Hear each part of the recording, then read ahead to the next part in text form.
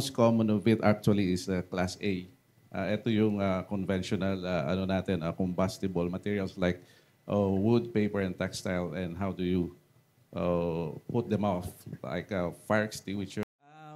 B, liquids, oil, gasoline, although B and F, they're almost the same.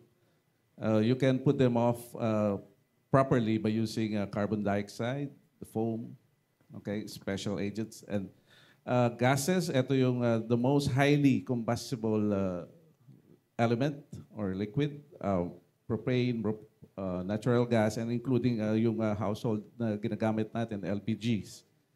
And combustible metals, the steel.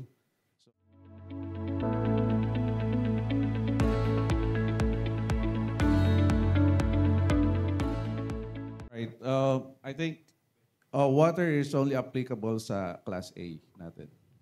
Doon lang siya.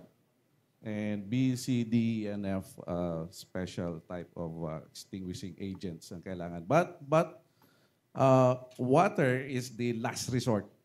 When all else fails, ginawa mo na may foam, carbon dioxide, wala na. Ibig sabihin malaki na kasi yung apoy. So tubig. Tubig na lang That's why talaga. we have hydrants in the buildings. Diba?